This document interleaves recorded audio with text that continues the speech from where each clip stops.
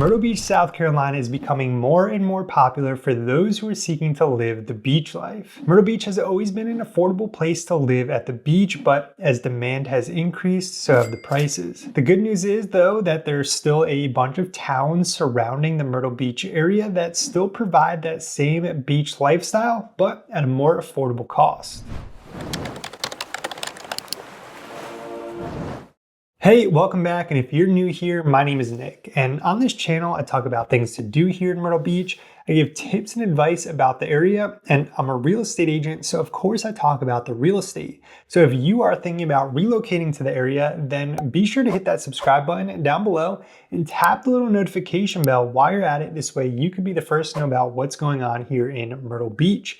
I get calls every single day from people just like you who are moving to the area. So if you ever have any questions, or if I can help you find home here at the beach, then I would love to chat with you. You can always use the first link that's down in the description to schedule a call with me. Okay, so first on our list, we have Socastee, South Carolina. Socastee is located just south of Myrtle Beach and just west of Surfside Beach. Much of Socastee can be accessed via Highway 707, and there are actually some really great and affordable communities that back right up to the Intercoastal Waterway in Socastee. Now, Socastee is a pretty low area, so a lot of those communities that do back up to the waterway are prone to flooding, so that's definitely something to be aware of. But the entire area is not considered a flood zone, so I wouldn't rule out this area just yet. A lot of communities in Socastee are a little bit older, but recently there's been some new communities that have popped up that are becoming extremely popular.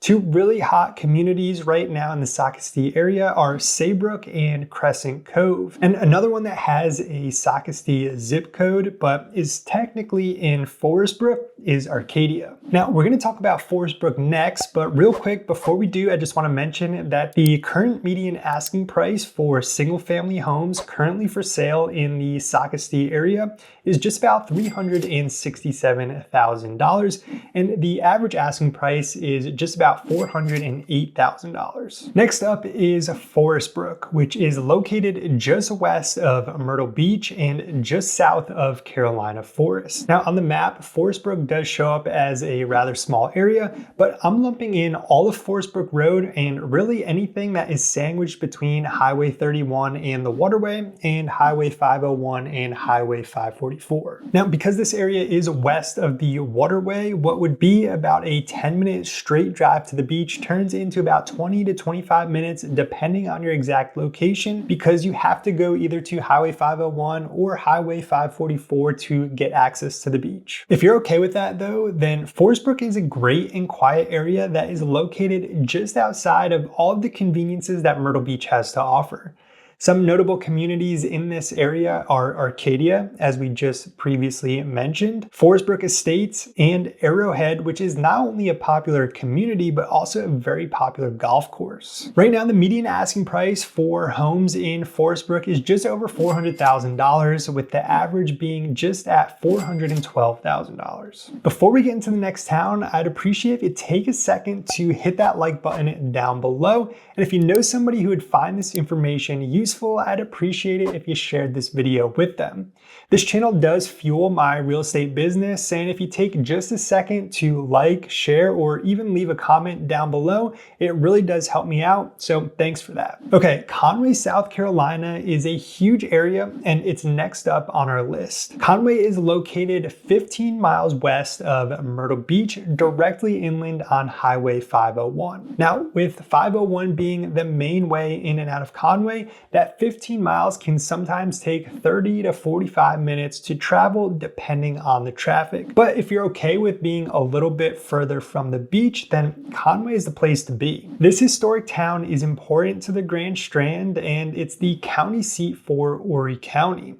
Now, being that Conway is a big area and it's a little bit more inland, there's parts of Conway that are very, very rural, and the downtown area is much more city-like. Downtown Conway is very lively with great shops and restaurants such as the Trestle Bakery, Hop and Witch, and Crooked Oak Tavern. It is home to the Conway Riverwalk, which is a scenic walking path along the Waccamaw River. Now, despite being inland, there are parts of Conway that are prone to flooding due to the Waccamaw River passing through, so that's something to be aware of when you're looking for a home.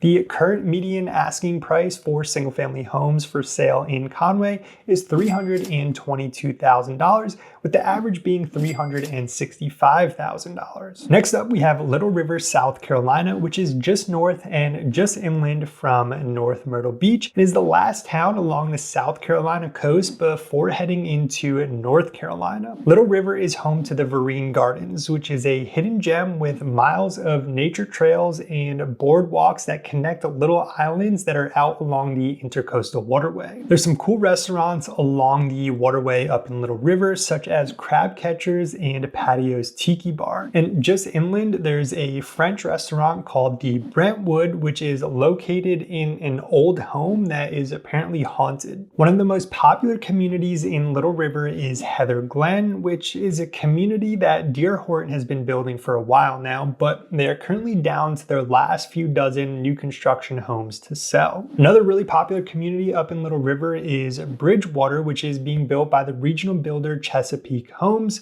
And this community is a little bit more expensive, but they're known for their great amenities. The current median asking price in Little River for single-family homes is just under $400,000, but the average is a little bit higher, up around $540,000. Last, and also the lowest price on our list, is Long, South Carolina. And like Conway, is located a bit more inland, but on the north end of the beach. Long's is a more rural area, but is becoming more and more developed as builders start to move more inland as the land at the beach becomes more and more scarce. If you're looking to live in a quieter area just outside of all of the hustle and bustle, but still only about 30 minutes to the beach, then Long's is definitely a great area to check out. As Long's becomes more and more popular, more and more conveniences are starting to come to that area. And though I don't have a crystal ball, I do believe that this area is going to look completely